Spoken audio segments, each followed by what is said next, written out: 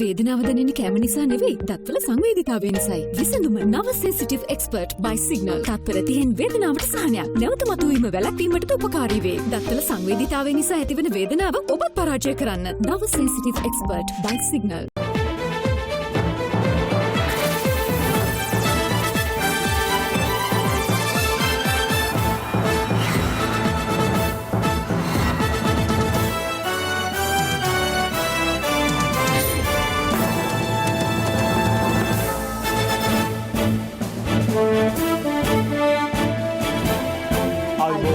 සුබ සන්ධ්‍යාවක්. සියලු සමීක්ෂණ වාර්තා නැවත නැවතත් තහවුරු කරන ලංකාවේ අංක 1 ප්‍රවෘත්ති ප්‍රකාශය. පැත්තකියත් ඇත්ත කියන හිරු ප්‍රවෘත්ති සමගින් මම මහේෂ් සේනාරත්න. මම ශශිකලා කන්දර ආරච්චි. ප්‍රථමයෙන් ප්‍රවෘත්ති සිරස්තල.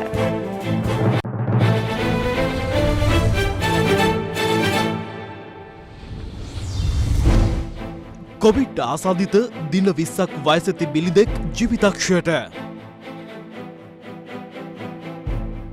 වෛද්‍යවරයෙකු පැවැත් වූ සාදයක් හේතුවෙන් ගම්පොළ රෝහලට කොවිඩ් අවදානමක්. වෛද්‍යවරුන් 50ක් ඇතුළු පිරිසක් නිරෝධායනයට.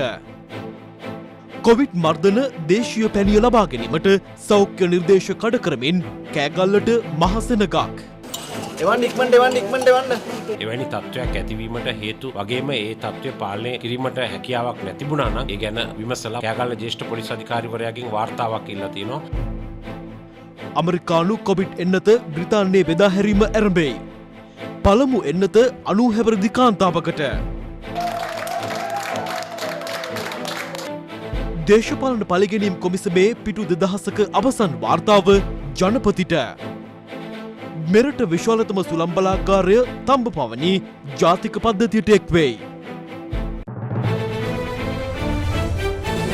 SLT වෙතින් ඔන්ලයින් ලර්නින් සහ ඔන්ලයින් වර්කින් සඳහා ඇදහිය නොහැකි ඩේටා දීමනා. GB 30ක් රුපියල් 195යි. GB 100ක් රුපියල් 490යි. අඩුම මිලට වැඩිම ඩේටා SLT වෙතින්. අදම CDB iDeposit ඩිජිටල් ස්ථාවර තැන්පතුවක් අරඹන්න. වෙන වෙනම චලනය වන තල 3ක් විටමින් E හා කුමාරිකා සහිත නිසා ඉතා සමීප හා සුසිනිඳු රැවුල බෑමක්. ඔබත් අදම Big Flex 3 සමග ප්‍රොෆෙෂනල් ෂේව් එකක් අත්විඳින්න. කොළඹ රිජ්වේ ආර්යා ළමා රෝහලට ඇතුළත් කළ දින 20ක් වයස ඇති කොවිඩ් ආසාදිත බිලිඳෙකු මිය ගිය බව රෝහල් අධ්‍යක්ෂ වෛද්‍ය ජී විජේසූරිය මහතා සඳහන් කළා. මේ අතර ගම්පොළ ශික්ෂණ රෝහලේ කොවිඩ් ආසාදිත සීමාවාසික වෛද්‍යවරයෙකු පැවැත් වූ සාද දෙකක් හේතුවෙන් අදාළ රෝහලේ අංශ කිහිපයක් වසා දමා තිබෙනවා.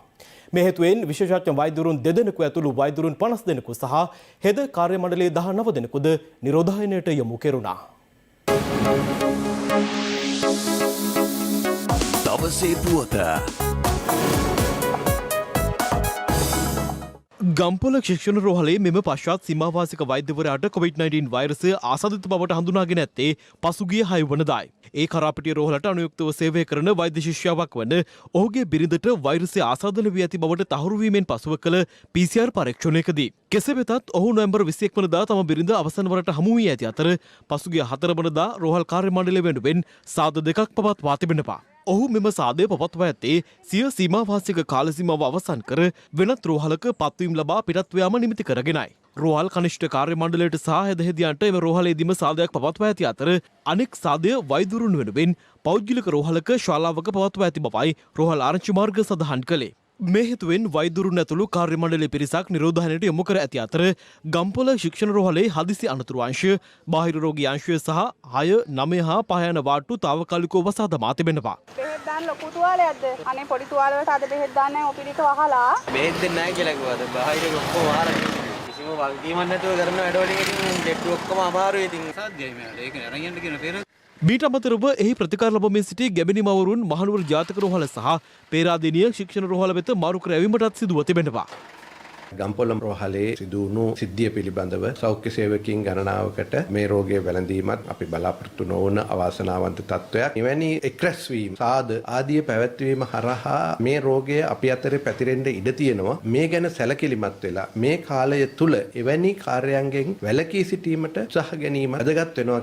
මේ අතර කොළඹ ජාතික රෝහලේ මුළුතැන්ගේ සේවකයන් කිහිප දෙනෙකුට කොවිඩ් ආසාදනය වීම හේතුවෙන් ඒ తాවකාලිකව වසා දමා ඇති බව සමස්ත ලංකා හෙද සංගමය පවසනවා. අද දින වන විට මුළුතැන්ගේ සේවය කරපු කාර්ය මණ්ඩලයෙන් 15 දෙනෙකුට ආසන්න ප්‍රමාණයක් කොරෝනා රෝගීන් බවට හඳුනාගෙන තිබෙනවා. ඒ තත්ත්වය තුළ අද හවස සිට රෝහලෙන් රෝගීන්ට ආහාර නිකුත් කිරීම, කාර්ය මණ්ඩලයට ආහාර නිකුත් කිරීම යන මේ සියල්ලම නවතා දැමීමට කටයුතු කරලා තිබෙනවා. මේ අතර නිට්ටඹුව තිහාරිය ප්‍රදේශීය ජනතාව PCR පරීක්ෂණ ප්‍රතික්ෂේප කරන තත්ත්වයක් උදා වී ඇතැයි වාර්තා වනවා. සෞඛ්‍ය අංශ පෙන්වා දෙන්නේ මෙම තත්ත්වය කළුතර අඩලුගම ප්‍රදේශයේ උද්ගත වූ තත්ත්වයට සමාන වන බවයි.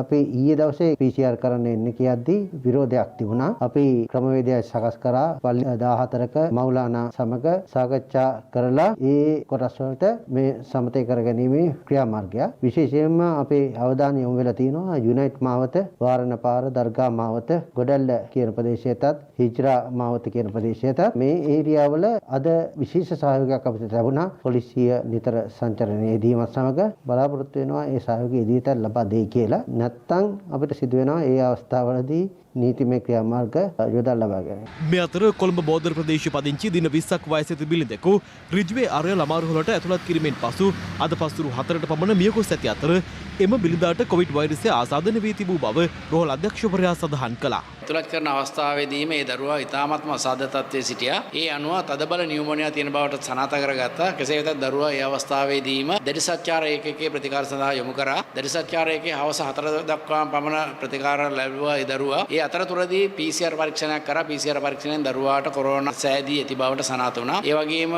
ඒ දරුවාගේ දෙමාපියන්ගේ අපි පරීක්ෂා කරා. නමුත් දෙමාපියන්ගේ කොරෝනා නැති බවට සනාථ වුණේ. මේ දරුවා මේ යාමට ප්‍රධාන හේතුව වුණේ ගොඩාක් ප්‍රමාද වී රෝහලට රැගෙන ඒම. කාරුණිකම දෙමාපියන්ගේ ඉල්ලා සිටිනවා තමන්ගේ දරුවන්ට අසනීප තත්ත්වයක් තියෙනවා නම් වේලාසනින් රෝහලට රැගෙන එන්න රෝහලට ප්‍රතිකාර ලබා ගැනීමට පැමිණීමට කිසිසේම බිය වෙන්න එපා.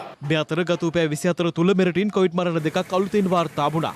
නිශ්චිත පදිංචි ස්ථානයක් අනාවරණ වී නොමැති කොළඹ ප්‍රදේශයේ වයස අවුරුදු 62ක පිරිමි පුද්ගලයෙක් කොවිඩ් ආසාදනය වීමත් සමග හටගත් නියුමෝනියා තත්ත්වයක් හේතුවෙන් මරණයට පත්ව තිබෙනවා. මිය ගිය අනෙක් පුද්ගලයා කොළඹ 13 ජම්පටා වීදියේ පදිංචි අවුරුදු 77ක පිරිමි පුද්ගලයෙක් වන අතර ඔහුගේ මරණයට හේතු වී ඇත්තේ COVID-19 සහ දියවැඩියාව සමග ඇති වූ ලේ විෂවීමක් බව රාජ්‍ය ප්‍රවෘත්ති දෙපාර්තමේන්තුව සඳහන් කළා.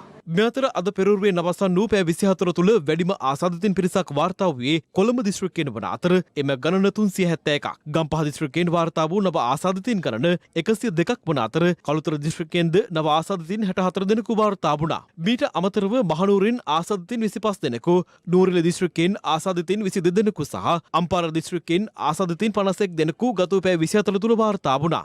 බස්නාහිර පළාතෙන් බැහැරව වැඩිම ආසාදිතින් වාර්තා වන්නේ අම්පාර දිස්ත්‍රික්කයෙන් වීම විශේෂත්වයක්.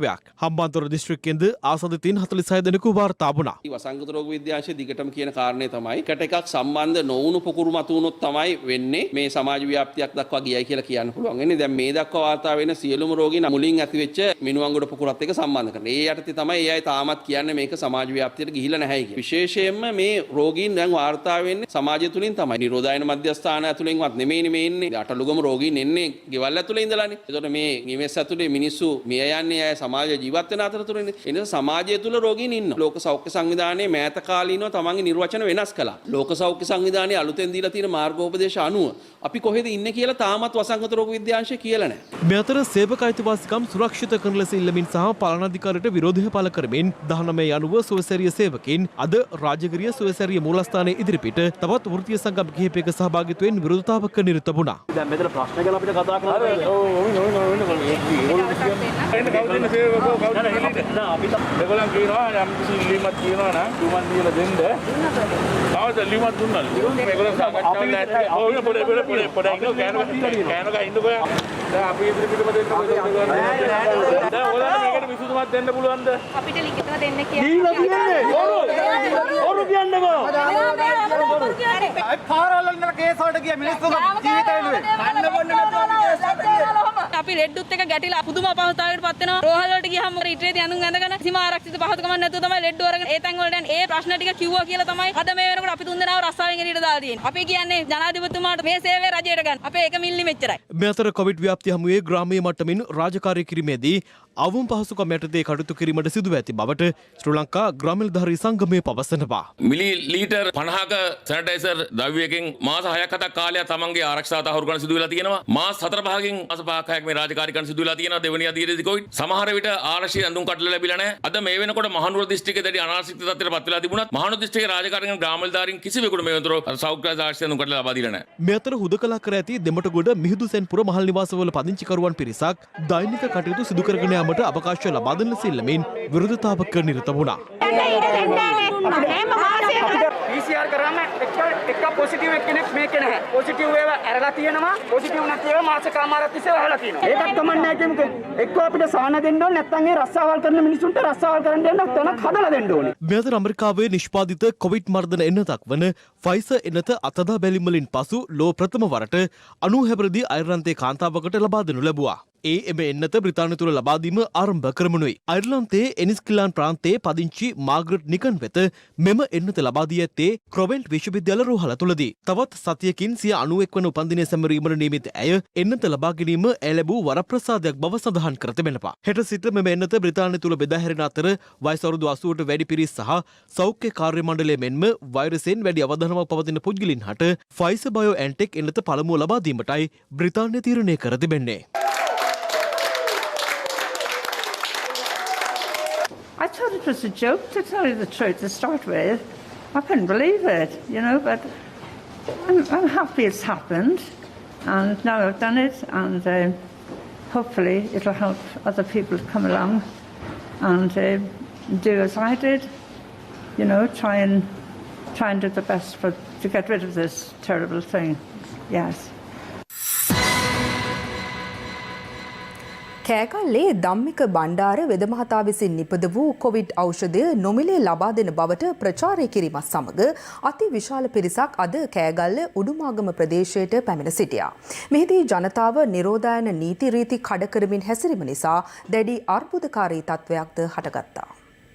කොවිඩ් වෛරසය මර්ධනය කළ හැකි බවට ඉදිරිපත් වී ඇති ධම්මික බණ්ඩාර වෙද මහතා විසින් නිපදවා ඇති දේශීය ඖෂධය මේ වන විටත් පවතින්නේ සායනික පර්යේෂණ මට්ටමේ.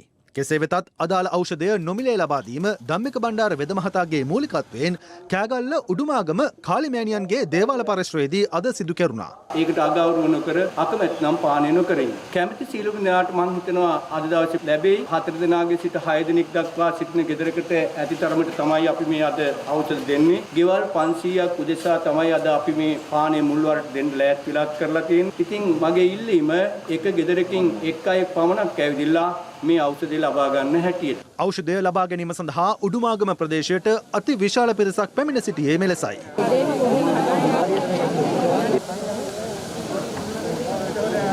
2814 ඊයට දාවේ 6යි ගාන්ටාවේ කවද්ද ඊයේ කොහෙන්ද දාවේ මොලකට ඉඳන් ඉක්මනට එන්න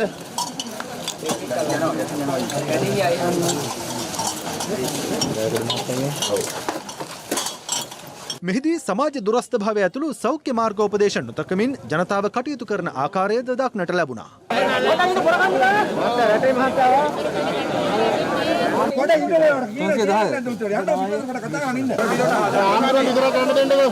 මෙතන කාටරි කොවිඩ් එක තිබ්බනම් මොකද වෙන්නේ? ලෙඩේ හැදෙන ගමන්සට ලෙඩේ හැදෙනවා. ඒ හින්දා පිං අයිති වෙයි. දුරින් ඉන්න. මට බය කොවිඩ් හදා ගන්න. මෙතන මොන ඇවිලින්ද දන්නේ නැහැ. මට කොවිඩ් ගන්න ගන්නද? පොඩ පතර වෙනවා. මට අතන යන්න පොඩ ඉඳන්ද. දලදා මදින්න නෝඩ මිනිස්සු මරාගෙන ගිහින් දලදා මදින්නවද තියනවද? ජයසිරිමා මොදින් වහන්සේ මදින්න නෝඩ මිනිස්සුගේ බෙලිපාගෙන ගිහින් මදලවඩක් තියනවද? ඉතින් ඒ වගේ තව එකෙක් පරාය තව එකෙක් බෙහෙත් වල දීරන් ගන්න එපා. කෑගල්ලේ කොට්ටාශය අනිකුත් පොලිස් ස්ථානවලිනුත් නිලධාරීන් අපි යවුවා විශේෂ රාජකාරී සඳහා ඒ තත්ත්වය පාලනය කරන්න. නමුත් එවැනි තත්ත්වයක් ඇතිවීමට හේතු වගේම ඒ තත්ත්වය පාලනය කිරීමට හැකියාවක් නැතිබුණා නම් ඒ ගැන විමසලා කෑගල්ල ජ්‍යෙෂ්ඨ පොලිස් අධිකාරිවරයාගෙන් වාර්තාවක් ඉල්ලා තියෙනවා. කුමන හේතුවක් මත හරි ලංකාවේ පුරාවටම වසංගත ප්‍රදේශයක් බවට ප්‍රකාශයට පත් කරලා තියෙන වෙලාවේ නිරෝධායන රීතීන් වලට පටහැනිව කටයුතු කරලා තියෙනවනම් අපි ඒක අනුමත කරන්නේ නැහැ. මෙම ඖෂධය නොමිලේ ලබා දීම සඳහා අද සංවිධානය කර තිබූ දන්සැල සම්බන්ධයෙන් මහා සංඝරත්නය ඇතුළු විවිධ පාර්ශ්ව අදහස් පළ කළා. සමහර අය මෙයා පෙදරේරුවෙක් කියලා කිව්වා. මෙයා ආධ්‍යාත්මික බලයෙන් බෙහෙත් කරන කෙනෙක්. මෙයාට ආයුර්වේද දෙපාර්තමේන්තුවේ ලියාපදිංචියක් නැහැ කියලා කිව්වා. මේ පුද්ගලයා හොයාගත් ඖෂධය කොරෝනා වෛරසයට වැදගත් වෙනවා නම් ඒ පුද්ගලයාගේ හතරමායිම මොකක්ද කියන එක නෙමෙයි වැදගත් වෙන්නේ. ඒ බෙහෙත සංවර්ධනය කළ රටේ ජනතාවට බෙදා දීමටයි. නමුත් දැනට ඇති වෙලා තියෙන ගැටලුව තමයි දේශීය වෛද්‍යවරයාගේ නිවසේට වැල නොකැඩී ජනතාව ඇදමින් ඉන්නවා. දැන් මෙතන අපිට මීටරේ දුර තියා සෙන්ටිමීටරේ දුරක්වත් පේන්නේ නැහැ මිනිස්සු අතර. දැන් අලුත් පොකුරක් ඇති වෙන්න පුළුවන්කම තියෙනවා පැණි පොකුර කියලා. එකම හිස් ගොඩක් අපි රූපරාමු තුල දැක්ක හිරු මාධ්‍ය වාර්තා කර රජය විසින් මේක පාලනය කළ යුතුයි. රජයේ නිශ්චිත ක්‍රමවේදයකට COVID-19 වැළඳිච්ච මිනිසුන්ට මේ ඖෂධය ලබා දීමට මැදිහත් වූවා නම් මෙසේ විශාල ජනතාවක් ඒක රාශී වෙන්නේ නැහැ. ඇයි මේ මෙනුවෙන් කටයුතු නොකරන්නේ? දැන් මේ බෙහෙත මට මන් දන්නේ නැති රජරට විශ්වවිද්‍යාලය ආශ්‍රිතව පර්යේෂණය කෙරෙන්නේ. මේ ලබන ඉරිදා විතර වෙනකොට ඒකේ අවසාන ප්‍රතිඵල ලැබෙනවා. දැන් බෙහෙත ගැනයි හොයලා බලන්න. හදපු මිනිහ ගැන හොයලා බලන්න වැඩක් නැහැ. එයා වෙද මහත්යෙක්ද, එයා ආයුර්වේද සහතිකයේ තියනවාද, ලියාපදිංචිද, අඩුවෙද්ද නැත්නම් කපුවෙද්ද, එහෙම හොයලා බලන්න. මේ අයියලා ටික අතීතයේ හිටියනම් ලෝවා මහපාය හැදුවේ උපාධිධාරියද කියලා සහතිකය ඉල්ලන්න ඉඩ තියෙනවා. ඔහු කියන්නේ උඩ කාලිමෑනියෝ මේක කිව්වේ කියලා. බෙහෙත හරිනම් පිළිගන්න වෙනවා ඒක. කෙසේ වෙතත් රජයේ වෛද්‍ය නිලධාරීන්ගේ සංගමයේ පැවසුවේ කෑගල්ලේ අද පැවති තත්ත්වය හරහා කෑගල්ලේ ජනතාවගේ සෞඛ්‍ය අවදානම් තත්ත්වයට පත්විය හැකි බවයි. තාමත් මේක පර්යේෂණ මට්ටමේ තියෙන. ඒතර මේකේ හොඳ ප්‍රතිඵල ආවොත් ඒක මුළු රටටම විතර නෙමෙයි මුළු ලෝකෙටම ඉතාම වටිනා සොයා ගැනීමක් වෙයි. නමුත් ඒකෙදි අපි ඉක්මන් වෙන්න හොඳ නැහැ මේ ප්‍රතිඵල එන තාක්කල්. අද දවසේ ප්‍රායෝගිකව සිද්ධ වෙන ක්‍රියාදාමය කෑගල්ල දිස්ත්‍රික්කයේ ප්‍රදේශය තුල කෑගල්ල දිස්ත්‍රික්කයේ ජනතාවගේ සෞඛ්‍ය මේ හරහා අවදානමකට ලක් වෙන්න දෙන්න බෑ. මොකද අර විවිධ ලංකාවේ ප්‍රදේශ හරහා එන පිරිස් වලට අපි PCR එකක් කරලා ඇන්ටිජන් පරීක්ෂාවක් කරලා නෙමෙයි මේ එතෙන්ට කෑගල්ලට එන්නේ. ඒ නිසා මේ සංචාරණය සම්බන්ධයෙන් තත්ත්වයන් කළමනාකරණය කරගන්න ආරක්ෂක අංශ වලට වගකීමක් තියෙනවා. මේ අතර සිද්ධිය සම්බන්ධයෙන් සාකච්ඡා කිරීම සඳහා කෑගල්ල දිස්ත්‍රික් ලේකම්වරයා විසින් ධම්මික බණ්ඩාර වෙද මහතා කෑගල්ල දිස්ත්‍රික් ලේකම් කාර්යාලය වෙත කැඳවා තිබුණා. එහිදී තීරණය කර ඇත්තේ අදාළ ඖෂධය බෙදා දීම තාවකාලිකව අත්හිටුවීමටයි. වෛද්‍යාංශයෙන් ඖෂධය නියමිත ආකාරයෙන් දෙනතුරු අපි ඖෂධය හදලා රාජ්‍ය ආයතන සියල්ලටම දෙනවා. මහජනයාට ආයතනයේ තීන්දුව ලැබුණාට පස්සේ දෙන්න තීන්දුවකට එළඹුණා. දැනට මේ බෙහෙත බෙදා හැරීම සම්බන්ධව සෞඛ්‍ය අමාත්‍යාංශයේ නිර්දේශ සහ අනුමැතියන් අපිට ලැබිය යුතුයි. නිසා මෙහිදී අද අපි දිස්ත්‍රික් සෞඛ්‍ය සේවා අධ්‍යක්ෂතුමාත් නියෝජ්‍ය පොලිස්පතිතුමා සහ මමත් ප්‍රාදේශීයකන්තුමා ඇතුළු වෙද මහත්මයාත් සාකච්ඡා කරලා තීරණය කරේ සෞඛ්‍ය අමාත්‍යාංශයේ මේ සඳහා විධිමත් අනුමැතිය සහ නිර්දේශයන් ලැබෙන තුරු මේ බෙදා හැරීම කටයුතු තාවකාලිකව අත්හිටවන්න. මේ අතර කොවිඩ් වෛරසය සඳහා නිපදවෙන දේශීය ඖෂධ සම්බන්ධයෙන් රජයේ ස්ථාවරය පිළිබඳ කැබිනට් සම මාධ්‍ය ප්‍රකාශක වෛද්‍ය රමේෂ් පතිරණ මහතා අදහස් පළ කළා. ආයුර්වේද නිෂ්පාදන හැටියට ලබා දීලා තිබෙන ඖෂධ පිළිබඳවත් රජය ධනාත්මකව සලකා බලන බව අපි සතුටින් ප්‍රකාශ කරනවා. මේ සම්බන්ධයෙන් ගත යුතු ක්‍රියාමාර්ග පිළිබඳව බටහිර වෛද්‍ය විද්‍යානුකූලව එම ඖෂධයන් සාධනීය තත්වයකට පත්කොට සැකහැර දැනගැනීමෙන් පසුව තමයි සාමාන්‍ය ලබා දීමේ ක්‍රමවේදය තියෙන. ඒකට කියනවා ප්ලැසිබෝ කන්ට්‍රෝල්ඩ් ඩබල් බ්ලයින්ඩ් රැන්ඩමයිස් ක්ලිනිකල් ට්‍රයල් කියන තත්වය. ඉතාම විශ්ලේෂණාත්මක පරීක්ෂණ තත්වයකින් පසුව තමයි වැනි ඖෂධ ලබා දෙන්නේ. පවතින තත්වයන් යටතේදී එම ඖෂධය හොඳින් ප්‍රතිචාර දක්වනවා නම් කෙටිකාලීන ක්‍රියාමාර්ගයක් හැටියට ඒක ලබා දෙන්නටත් බටහිර වෛද්‍යවරුන්ත් එකඟතාවය පළ කරලා තිබෙනවා. ඒ කටයුතු සිදු වෙනවා. ඉදිරි මාස 3ත් 6ත් අතරක කාලයක් තුල ලෝකයේත් අපේ රටත් මේ අර්බුදයෙන් මිදෙයි කියන බොහොම පැහැදිලි විශ්වාසයක් අපිට තිබෙනවා. දවසේ පුවත වඩාත්ම සිනිඳු රැවුල බෑමකට Big Easy 2 රේසරය හරිම සුමුදුයි. Safeguard hand sanitizer නවතම නිෂ්පාදන පෙළ නිරෝගිමත් දිවියකට. මහර බන්ධනාකාර ගැටුම සම්බන්ධයෙන් කරුණු සොයා බැලීමට බහුවිධ විද්වත් මණ්ඩලයක් පත් කරන ලෙස නීතිපතිවරයා වත්තල මහේස්ත්‍රාත් අධිකරණයෙන් අද ඉල්ලා සිටියා. මේ අතර බන්ධනාකාර ගැටුමෙන් මියගිය රැඳවියන් 11 දෙනාගෙන් 7 දෙනෙකුගේ සිරුරු හඳුනාගෙන ඇති බවත් සිද්ධිය සම්බන්ධයෙන් 160කට අධික පිරිසකගෙන් ප්‍රකාශ සටහන් කරගෙන ඇති බවත් පොලිස් මාධ්‍ය ප්‍රකාශක නියෝජ්‍ය පොලිස්පති අජිත් රෝහණ මහතා සඳහන් කළා. මෘත ශරීර 11න් 7ක් මේ වන විට හඳුනාගෙන තියෙනවා. මේ මෘත ශරීර හඳුනා ගැනීම සඳහා facial recognition නැත්නම් ඒ මුහුණේ යන ස්වරූපය අනුව හඳුනා ගැනීමේ ක්‍රමය, DNA තාක්ෂණය මගින් හඳුනා ගැනීමේ ක්‍රමය, ඒ වගේම ඇඟිලි සලකුණු මගින් හඳුනා ගැනීමේ ක්‍රමය මේ සියලු ක්‍රම අනුගත කරමින් තමයි කටයුතු කරලා තියෙන්නේ. මේ මෘත ශරීර සම්බන්ධ පශ්චාත් මරණ පරීක්ෂණ පවත්වන ආකාරය, අවසාන කටයුතු කරන ආකාරය පිළිබඳව අධිකරණ නියෝගයක් ලබා දුන්නා. අධිකරණ නියෝගය අනුව තමයි කටයුතු සිද්ධ වෙන්නේ. එතෙක්ේ මෘත ශරීර රාගම මෘත ශරීරාගාරයේ ආරක්ෂා සහිතව රඳවා තබනවා. පසුගිය දින කිහිපය තුල බන්ධනාගාර නේවාසිකයන්ගේ ඥාතීන් මහර බන්ධනාගාර ඉදිරිපිටට රැස් වෙලා මගේ සහෝදර සහෝදරියන් පිළිබඳව හිතවතුන් පිළිබඳව විමසීම් කරා දිගටම ඒ සියලුම තොරතුරු එළි දක්වලා තියෙනවා. සියලුම රැඳවියන්ට බන්ධනාගාරය තුල අපි දුරකථන පහසුකම් ලබා දුන්නා. මහර බන්ධනාගාරයෙන් වැලිකඩ බන්ධනාගාරය වෙත මාරු කරන ලද නේවාසිකයන් සඳහාද පහසුකම ලබා දීලා ඒගොල්ලන්ගේ නිවාස වලට දැනුම් දීලා තියෙනවා. මහර බන්ධනාගාරයේ ඒ තොරතුරු ලබා ගැනීමේ අපහසුතාවයක් තියෙනවා නම් මූලස්ථානට ඇවිල්ලා පැමිණිලි කිරීමේ හැකියාව තියෙනවා. දුරකථන අංකයක් ලබා දෙනවා 0111 26 78 600. මේ අතර මහර බන්ධනාකාරයේ ඇති වූ ගැටුමින් මියගිය රැඳවියන් 11 දෙනා වෙනුවෙන් නීතිපති දෙපාර්තමේන්තුව ඉදිරිපත් කළ මෝසම වත්තල මහේස්ත්‍රාත් අධිකරණයේදී අද විභාගයට කරුණේ මහේස්ත්‍රාත් බෝධික ශ්‍රී රාගල මහතා ඉදිරියේදී. මෙහිදී නීතිපති දෙපාර්තමේන්තුව වෙනුවෙන් පෙනී සිටි රාජ්‍ය ආදී නීතිඥ නිශාරා ජයරත්න මෙනවිය කරුණු දක්වමින් සඳහන් කළේ මියගිය රැඳවියන් 11 දෙනාගෙන් 8 දෙනෙකුට කොවිඩ් ආසාදනය වී ඇති බැවින් ඔවුන්ගේ දේහයන් පිළිබඳ අවසන් කටයුතු නිරෝධායන රෙගුලාසිවලට අනුව සිදු කරන ලෙසට සෞඛ්‍ය සේවා අධ්‍යක්ෂ ජනරාල්වරයා නීතිපතිවරයා වෙත දැනුම් දී ඇති බවයි. කෙසේ වෙතත් අගතියටපත් පාර්ශ්වය වෙනුවෙන් පෙනී සිටි නීතිඥයන් අධිකරණයෙන් ඉල්ලා සිටියේ මහර බන්ධනාගාර ගැටුම සම්බන්ධයෙන් සාධාරණ පරීක්ෂණයක් සිදු කරන ලෙසයි. ඒ අනුව බහුවිධ විද්වත් මණ්ඩලයක් පත් කරන ලෙසට නීතිපතිවරයා වෙනුවෙන් පෙනී සිටි රජයේ අධිනීතිඥ නිශාරා ජයරත්න මෙනවිය අධිකරණයෙන් ඉල්ලා සිටි අතර ඊට රජයේ ජ්‍යෙෂ්ඨ අධිකරණ වෛද්‍යවරුන් තිදෙනෙකු සහ ගිනිඅවි සම්බන්ධයෙන් විශේෂඥයෙකු පත් කරන ලෙසද ඉල්ලා සිටියා. එම නියෝජිතයන්ගේ නම්ද අද දිනේදී රජයේ අධිනීතිඥවරිය විසින් අධිකරණයට ඉදිරිපත් කළා. අගතියටපත් පාර්ශ්වයේ මෙහිදී ඉල්ලා සිටිය අදාළ විද්වත් මණ්ඩලය සඳහා තවත් අධිකරණ වෛද්‍යවරයෙකු පත් කරන ලෙසයි. ඊට ඇති හැකියාව පිළිබඳව හෙට දිනේදී අධිකරණයට කරුණු වාර්තා කරන ලෙස මහේස්ත්‍රාත්වරයා දැනුම් දුන්නා. පළවෙනි වතාවට අද නීතිපති විසින් ඉදිරිපත් කරපු වාර්තාවේ මෙහි වෙඩි සැබීමක් සිදු වෙනවා කියලා තහවුරු වෙලා තිනවා. ඒ වගේම මෙම රැඳවියන් COVID-19 ව්‍යාප්තිය නිසා නොසන්සුතාවයකට පත් වෙලා තිනවා කියලාත් අද ගරු අධිකරණයට වාර්තා කළා. මේ අතර බන්ධනාගාර ගැටුමින් මියගිය රැඳවියන් 11 දෙනාගේ මෘතදේහයන් රාගම රෝහලේ තැන්පත් කර ඇති අතර ඔවුන්ගේ පශ්චාත් මරණ පරීක්ෂණ සිදු කිරීම සඳහා එහි පහසුකම් නොමැති බැවින් අදාළ සිරුරු IDH රෝහලට මාරු කර යවන ලෙසද නීතිපති දෙපාර්තමේන්තුව අධිකරණයෙන් ඉල්ලා සිටියා. කරුණු සලකා බැලූ මහේස්ත්‍රාත්වරයා අදාළ මෝසම සම්බන්ධයෙන් ඉදිරි නඩු කටයුතු හෙට දිනේ දක්වා කල් තැබුවා. කල්තියා අනතුරු අඟපු කාරණේ දැකපු කාරණේ අතුරු වාර්තාවෙනුත් අනාවරණය වෙලා තියෙනවා. ඒක ඊටාම සැලසුම් සහගතව සිදු කරපු ක්‍රියාවිතියක්. ඕක වැලිකඩ තමයි කරන්න ගියේ. වැලිකඩ කරන්න ගියේ ඒක කලින් තොරතුරු අනාවරණය වෙච්ච හින්දා බලක්ව ගන්න පුළුවන් වුණා. ප්ලෑන් B එක තමයි මහරුනේ. ඒක දැන් අතුරු වාර්තාවෙන් සනාථ වෙනවා. ඊට දෙහිර කරුවා විකාර රූපී විදිහට හැසිරුනේ කියලා. මත්ගතියකින් මේ කට්ටිය හැසිරිච්ච බවකුත් පේන්න තියෙනවා. ඊට වඩා මහා දරුණු තත්ත්වයක් උද්ගත වෙනවා. අය හිරේ කඩගෙන එළියට පැන්නා නම් ඒක වහාම මර්ධනය කරලා මේක පාලනය කරගත්ත එක හොඳයි.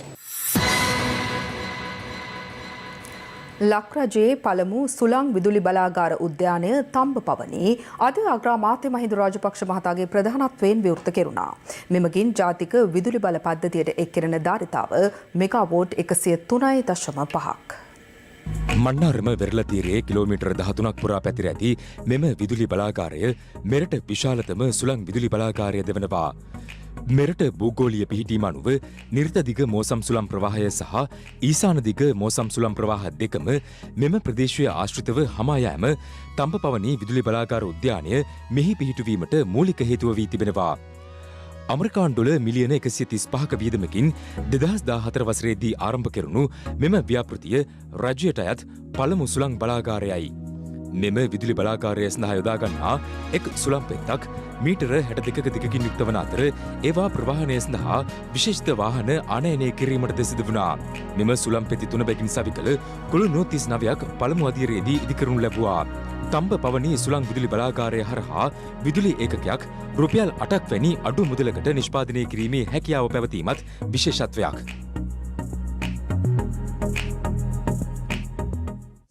තම්බ පවනී සුළං විදුලි බලාගාරය ජනතා අයිතියට පත් කිරීමේ උත්සවය සඳහා විදුලි බල අමාත්‍ය ඩලස් අලහපෙරුම හා රාජ්‍ය මාත්‍ය දුමින්ද දිසානායක යන මහත්වරුන් ඇතුළු පිරිසක් එක්ව සිටියා.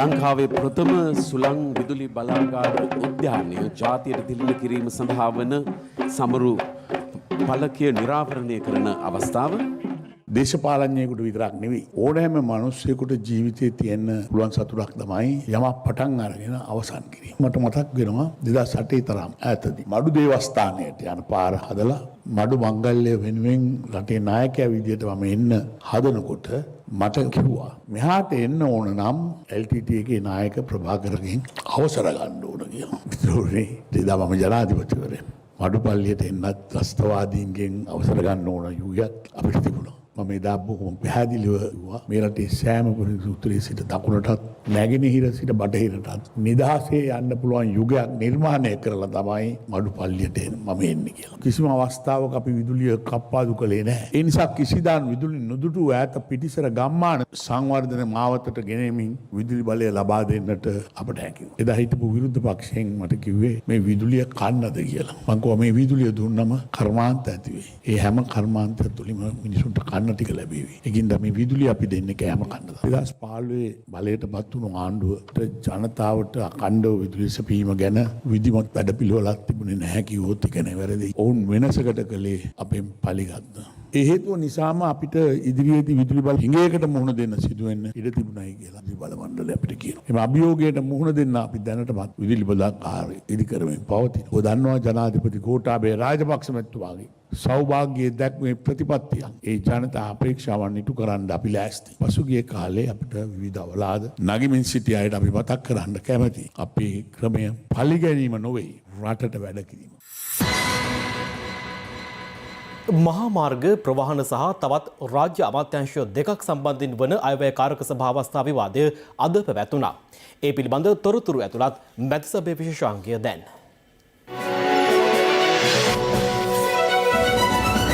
මම ඔබතුමාට කියන්න කැමති හම්බන්තොට වරාය හම්බන්තොට ගුවන්තොටුපළ හදනකොට දේශීය ව්‍යාපාර සම්බන්ධ කරගත්තේ නැහැ. ඊළඟට හම්බන්තොට වරායට වෙළඳපොළ ණය ගත්තේ 106යි. අවුරුදු 20කින් ගෙවන්නේ. මම මේ කතා කරන්නේ 100.1ක ණයක් ගැන. ඔබතුමා කියනවා 106යි කියලා මම ඒක පිළිගන්නේ නැහැ 103යි. ඒක කෙසේ වුණත් අඩුතරමින් අපි 103ක් හෝ 106ක් හෝ ණයක් අරගෙන ඇමරිකානු ඩොලර් 1100ක් වියදම් කරලා වරායක් හැදුවා. ඔබතුමාලා හදපු දෙයක් නැහැ. පොඩි වලක්වත් කපලා සෙල්ලම් බෝට්ටුවක්වත් දාලා නැහැ. නැව් නැති වරායවල්, ගුවන් යානා නැති ගුවන් තොටුපළවල්, ඒ වගේම ලෑවල් වල ක්‍රිකට් ක්‍රීඩාංගන, සම්මන්ත්‍රණ ශාලාවල් ඒ කෝටි ගානක ණය ගෙවන්න උනේ අපට.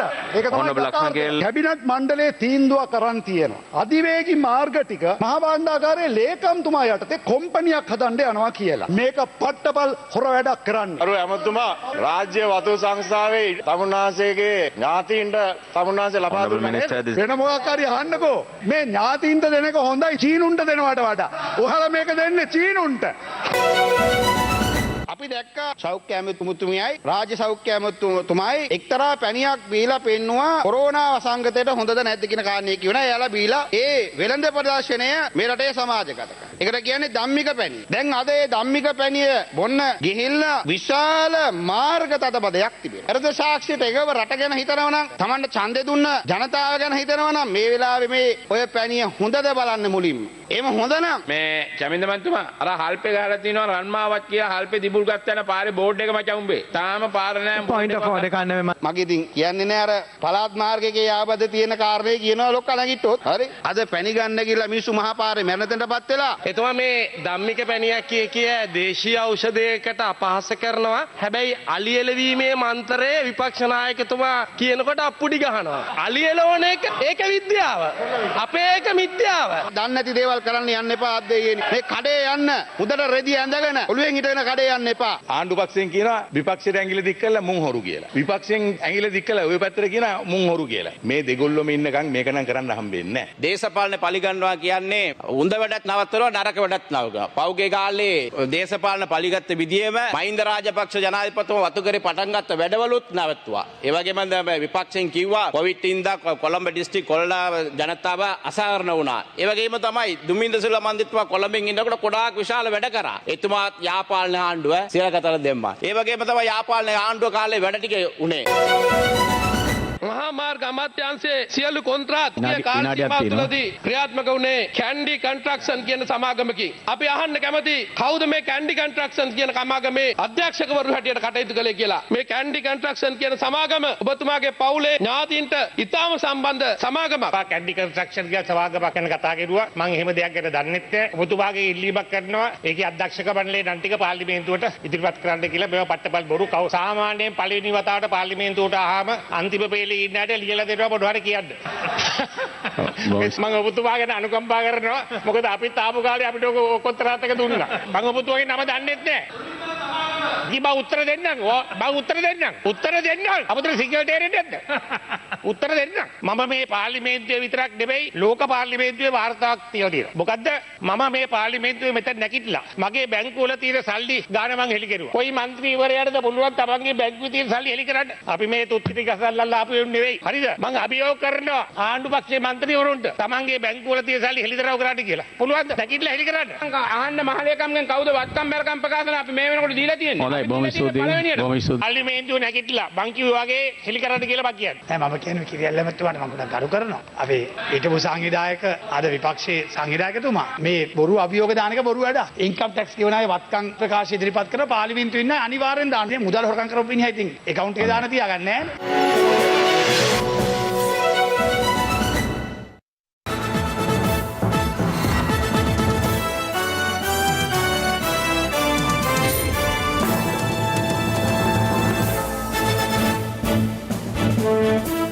මහනුවර ප්‍රදේශයේ පසුගිය දින කිහිපයේදී විටින් විට සිදු භූකම්පනයන්ගෙන් වික්ටෝරියා වේලට කිසිදු බලපෑමක් සිදු වී නොමැති බව එම ජලාශයේ කාර්යභාර ඉංජිනේරු වසන්ත ඇහලපිටිය මහතා පවසනවා. කෙසේ වෙතත් ප්‍රදේශවාසීන් පවසන්නේ මෙම භූචලන සම්බන්ධයෙන් මෙතෙක් බලධාරීන්ගෙන් නිසි අවධානයක් යොමු වී නොමැති බවයි. මහනුවර දිස්ත්‍රික්කයේ දිගන අලුත්වත්ත අඹකොටේ අනුරගම ගොනාවත් ඇතුළු ප්‍රදේශ කිහිපයකට පසුගිය දිනවල විටින් විට සුළු භූකම්පනයන්ගේ බලපෑම් එල්ල වී තිබුණා.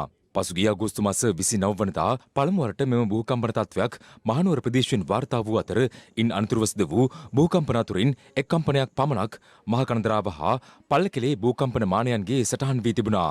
එම කම්පන හේතුවෙන් මහනුවර දිස්ත්‍රික්කයේ ගම්මාන කිහිපයකට බලපෑම් එල්ල වී තිබුණේ මෙලෙසින්.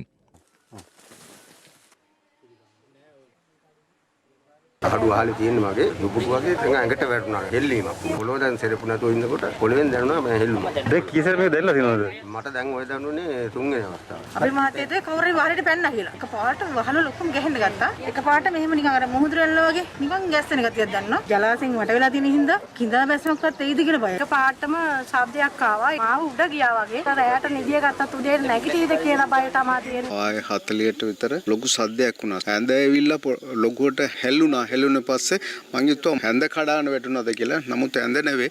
මම එළියට දුවලා ඇවිල්ලා කට්ටිය ඔක්කොම එළියට ගත්තා. හරි ඒ වෙලාවට මොනවද අපි කරන්න ඕන කියලා අපිට දන්නේ නැහැ. මේක සද්දේ විතර අපිට දන්නේ. කවුරුත් ඇවිල්ලා බලන්නෙත් නැහැ මොනවත් නැහැ. අපිට මොනවාරි විසඳුමක් දෙන්න රජයේ ඉඳලා මේ අපි බයෙන් ඉන්නේ හැම වෙලෙම. නමුත් වාර්තා වූ කම්පන අතුරින් කිහිපයක් වික්ටෝරියා ජලාශයේ වෙල්ලෙහි සවිකර ඇති සංවේදක මාපකවල සටහන් වූ අතර මෙය පෘථිවි අභ්‍යන්තරයේ තිබූ කම්පනයක් නොව පෘථිවි පෘෂ්ඨය මත සිදු වූ ඒවා බවට ඉංජිනේරුවන් විශ්වාසය පළ කරනවා. අපි දිගින් දිගටම නිරීක්ෂණය කරමින් වෙල්ලේ පතුලේ පීඩනය, ජල පීඩනය වැනි දේවල් වෙනස් වෙලා තියෙනවද? වෙල්ලේ කොන්ක්‍රීට් බ්ලොක් 35කින් තමයි නිර්මාණය කරලා තියෙන්නේ. බ්ලොක් අතරේ සෙලවීම් තියෙනවද, වෙනස් වීම් තියෙනවද? චන්දිකා මගින් ගන්නා තොරතුරු පවා විශ්ලේෂණය කරමින් බලලා තියෙනවා. එවැනි කිසිදු ආකාරයක තවත් සුළු වශයෙන් හෝ වෙනස් වීමක සටහනක් නැහැ. මේ සම්බන්ධයෙන් මේ වන විට පෙරාදෙණිය විශ්වවිද්‍යාලය භූවිද්‍යා සමීක්ෂණ හා පතල් කාර්යාංශය මෙන්ම මහවැලි අධිකාරියද එක්ව පුළුල් විමර්ශනයක් ආරම්භ කර තිබෙනවා.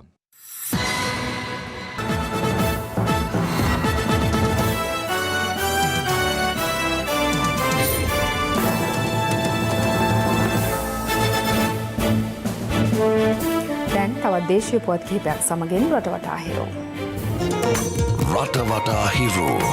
COVID-19 ව්‍යාප්තියත් සමග දුෂ්කරතා රැසකට මුහුණ පා සිටින අපේම ජනතාවගේ සුව සහනය වෙනුවෙන් ක්‍රියාත්මක රට වෙනුවෙන් හිරු සහන යාත්‍රා ක්‍රියාන්විතය යටතේ ශ්‍රී ලංකා රතුකුරුස සමාජය හා එක්ව රුවන්වැල්ල, තලවාකැලේ සහ මාතලේ උකුවැල යන ප්‍රදේශයන්හි පොදු ස්ථාන විස බීජ හරණය කිරීම අද සිදු කෙරුණා.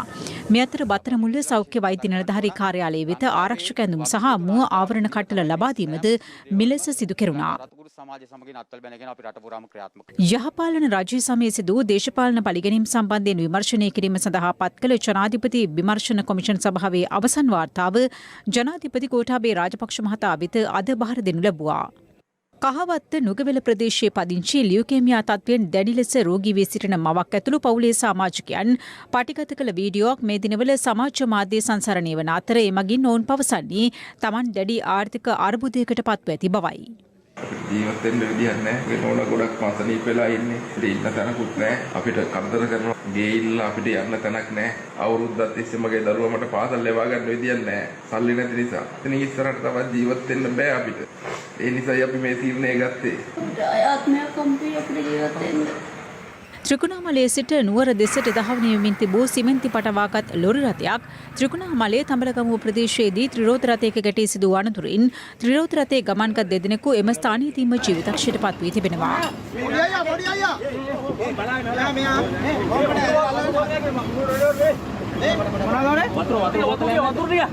හිටපු සහ වත්මන් ජනාධීපතිවරු ඝාතන කුමන්ත්‍රණයක් ගැන හෙළි කළ නාමල් කුමාර නැමැත්තා තොරතුරු කරුවෙකු ලෙස පාවිච්චි කිරීම හැරෙන්නට ඔහු සමග කිසිදු කුමන්ත්‍රණයක නොයෙදුණු බව ත්‍රස්ත මාර්තන කොට්ටහසේ හිටපු නියෝජ්‍ය පොලිස්පති නාලක සිල්වා මහතා සඳහන් කළා. පාස්කු ප්‍රහාරය සම්බන්ධයෙන් විමර්ශනය කෙරෙන ජනාධිපති කොමිසම හමුවේ සාක්ෂි ලබා දෙමින් ඔහු වැඩිදුරටත් පැවසුවේ රාජ්‍ය බුද්ධි සේවයේ හිටපු අධ්‍යක්ෂ නිලන්ත ජයවර්ධන සමග තොරතුරු හෝමාරු කර ගැනීම සඳහා කිසිදු ආකාරයකින් බාධාවක් නොතිබූ බවයි. නාමල් කුමාර නැමැත්තා අපරාධ පරීක්ෂණ දෙපාර්තමේන්තුවට ලබා දී ඇත්තේ සංස්කරණය කරන ලද හඬපට බවද ඔහු සඳහන් කළා. මේ සූදානම සමුගෙන යන්නට. ඇත්ත නොකත් ඇත්ත දැනගැනීමේ අයිතිය තවදුරටත් තහවුරු කර ගන්නට තිරේ දිස්වන පරිදි හිරු SMS ප්‍රවෘත්ති සේවාව ඔබේ ජංගම දුරකථන ජාලයට අනුව සක්‍රිය කර ගන්න. අපි යලියමෝනේ අද රාත්‍රී 9:55ට. ආයුබෝවන්.